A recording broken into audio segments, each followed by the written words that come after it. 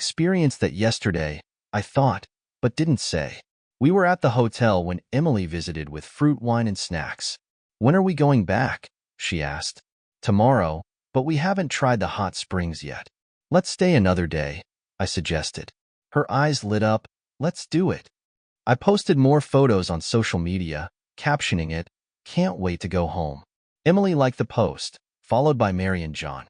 I smiled, putting my phone away. Emily poured me a drink, but I didn't like the taste. After one glass, I stopped. The room was warm, and I dozed off on the couch. I felt Emily cover me with a blanket, her hand gently touching my face. I opened my eyes, catching her off guard. "Big brother," she whispered, looking like a guilty kitten.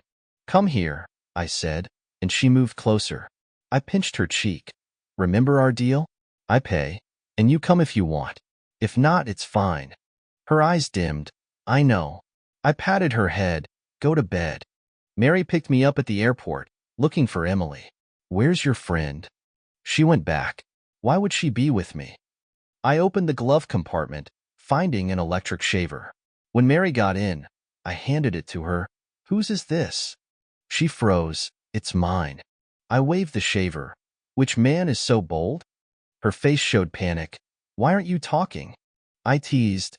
"You look like you're hiding something." Her silence was like a tightening noose. "It's John's," she finally said, weaving a half-truth. "He left it when I picked him up from the hospital." "Do you believe me?" she asked. I looked at the shaver, then tossed it back. "Just kidding. We've been together for years. Why would I doubt you over something small?" I kissed her cheek. "Worry more about someone coveting your husband." She relaxed. "I'd like to see them try." She held me tightly, and I smiled. "Let's go home." For a while, Mary played the perfect wife, coming home early, avoiding social events. She seemed like her old self, but we both knew the calm was deceptive. Our marriage was like a sugar castle, beautiful but fragile. She had a business trip, and while packing, I asked, "Who's going with you?" 3 people. She listed names, including John. The next day, I saw John among the group. She didn't explain, and I didn't ask. Before she left, I asked, "Will you be back for Valentine's Day?" She kissed me. "Of course." While watching Emily's dance competition, Mary messaged, "What are you doing?" I sent a video of the competition, watching a dance contest. She replied, "Youth is wonderful." "Yes, it is," I agreed. After the competition, Emily, still in her costume, ran to me. "Big brother, did you wait long?" I patted her head. "Why didn't you change first?" "I couldn't wait to see you," she said. Her teammates teased, "Is that your boyfriend?" She waved them off. "No, he's my big brother." They laughed and left. "Was I pretty?" she asked. "The prettiest," I replied. Emily beamed, her eyes turning into crescent moons. She ran off to change and came back with 2 cups of juice. Handing me one, she asked, "Can I trade these 2 juices for a movie date tomorrow?" I laughed and sent a message to Mary, drank the juice. "Now I have to take the little one to a movie tomorrow." Mary replied, "Kids these days are quick thinkers. Just don't eat too much junk food." The day before Valentine's Day, John posted a new update, a group photo with both men and women. He and Mary were sitting together, her hand resting on the back of the sofa behind him. The caption read, "The best part of working is enjoying free meals and drinks with the boss." The photo included several couples we had dined with during business meetings. It was interesting that she took John along on a trip meant for 4 employees. A friend who saw the photo messaged me privately, hinting, "Your wife's assistant is quite capable." I replied, "I've heard he's a tough drinker." The friend responded, "Not really. He got drunk quickly." After the movie, it started to rain. Emily used the small umbrella as an excuse to walk close to me, hooking her pinky around mine. "Happy Valentine's Day, big brother." I squeezed her finger. "That's tomorrow." I decided to buy her a gift, settling on a necklace. While choosing it, Mary called. After chatting briefly, I sent her a photo of the necklace. "It's beautiful, but not my style," she said. I smiled, not explaining. We had planned to spend Valentine's Day together, so I gave the housekeeper the night off and decided to cook. Emily insisted on coming with me to buy groceries. Even though the dinner wasn't for her, she was more meticulous in choosing ingredients than I was. I tapped her head. This dinner is for Mary. Why are you so enthusiastic? She turned, holding a sample. It doesn't matter who it's for. As long as you think of me when you eat, I'm happy. She was being a bit of a tease, offering me a shrimp. Try this, big brother. It's good. She wiped my mouth. I make great shrimp. I'll cook for you next time. A familiar voice called out, David. Emily and I turned to see Sarah, Mary's best friend and John's ex that night. Mary didn't come home. She used a flimsy excuse to cancel. I was too tired to even pretend to care. After hanging up, Emily tried to comfort me. If she doesn't come back, I can keep you company. Her pretty face was illuminated by the streetlights as we waited for the light to change. If you don't want me to stay, I can go home, she offered. I received a message from Sarah. End it. Your relationship is worth saving. Even an outsider understood what my wife didn't. Come on, let's have dinner, I said. That night, John posted another update, revealing why Mary couldn't come home. The background showed a hotel room with a bowl of porridge and a bag of medicine. The caption read, A man is at his most vulnerable when he's willing to stay for you. What could be more valuable? In the background, I could see Mary's blurry figure. Even blurred, I recognized my wife. The porridge and medicine were things I had always prepared for her. Now she was using my care on another man. Emily, wearing an apron, was busy in the kitchen. She had a knack for creating a romantic atmosphere, setting the table beautifully. I opened a bottle of red wine, toasting to Mary, Happy Valentine's Day, Ms. Mary. After dinner, I handed Emily the necklace, a Valentine's gift for you, little one. She was overjoyed, hugging me tightly. Thank you, big brother. I patted her head, but after today, we won't see each other. I need to resolve things with Mary. It's best not to involve you. Emily left with red eyes, and I saw Mary's message. Having dinner with that little friend again? I didn't reply, just went to bed, setting an alarm for midnight. At midnight, I sent Mary a long message about a movie I had watched, where childhood sweethearts grew apart, leading to infidelity and tragedy. I told her the movie left me unsettled and unable to sleep.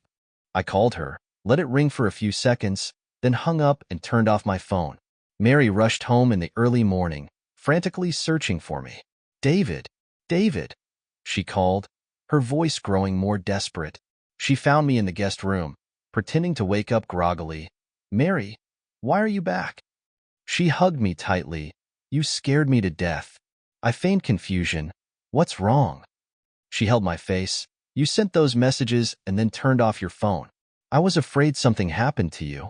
What messages? I pretended to remember. I drank too much last night. Did I call you? Did I say something? I found my phone. It's off. She sighed in relief. You said you watched a movie and couldn't sleep? Oh, right, I said. The dining room is still a mess. I need to clean up. She held me. I'll clean it. Just stay with me. For the next few days, Mary played the perfect wife, coming home early, cooking my favorite meals, and showering me with gifts and surprises. But the calm was deceptive. Our marriage was like a sugar castle, beautiful but fragile. She had a business trip, and while packing, I asked, Who's going with you? 3 people. She listed names, including John. The next day, I saw John among the group. She didn't explain, and I didn't ask. Before she left, I asked, Will you be back for Valentine's Day? She kissed me. Of course. As Mary left for her business trip, I couldn't shake the feeling that something was off. I decided to take matters into my own hands. I hired a private investigator to follow her and gather more evidence. I needed to know the full extent of her betrayal. Meanwhile, I continued to play the role of the loving husband. I spent time with Emily, who had become a comforting presence in my life. She was young, vibrant, and full of life. Everything Mary used to be. But I knew I couldn't let my feelings for Emily cloud my judgment. I had to stay focused on my plan. The private investigator sent me daily updates. Mary and John were inseparable during the trip. They shared intimate dinners, late-night walks, and even stayed in the same hotel room. The evidence was damning, but I needed more. I wanted to catch them in the act. On the day before Valentine's Day, I received a call from the investigator. "David, I have something you need to see," he said. He sent me a video of Mary and John in a passionate embrace, kissing and whispering sweet nothings to each other. My heart sank, but I knew this was the final piece of the puzzle. I decided to confront Mary on Valentine's Day. I booked a table at our favorite restaurant and asked her to meet me there. She agreed, probably thinking I was planning a romantic surprise. Little did she know, the surprise was on her. As I waited at the restaurant, I saw Mary walk in, looking stunning in a red dress. She smiled when she saw me, but her smile faded when she noticed the serious look on my face. "David, what's wrong?" she asked, sitting down. I took a deep breath and slid the envelope with the evidence across the table. "Open it," I said. She hesitated, then opened the envelope and started going through the photos and videos. Her face turned pale, and tears welled up in her eyes. "David, I can explain," she stammered. "It's not what it looks like." I shook my head. "No, Mary. It's exactly what it looks like. You've been cheating on me with John. I have all the evidence I need." She broke down, sobbing. "I'm so sorry, David. It was a mistake. I never meant to hurt you. Please, give me another chance." I looked at her, feeling a mix of anger and sadness. "Mary, you didn't just hurt me. You destroyed our marriage. I can't trust you anymore." She reached out to touch my hand, but I pulled away. "David, please. I love you. I'll do anything to make it right." I stood up, looking down at her. "It's too late, Mary. I've already filed for divorce. I hope you find what you're looking for with John." As I walked out of the restaurant, I felt a sense of relief. The weight of the betrayal was finally lifted off my shoulders. I knew it wouldn't be easy, but I was ready to start a new chapter in my life. Emily was waiting for me outside. She looked at me with concern. "Are you okay, big brother?" I nodded, taking her hand. "I will be. Let's go home." As we walked away, I felt a glimmer of hope. Maybe, just maybe, I could find happiness again.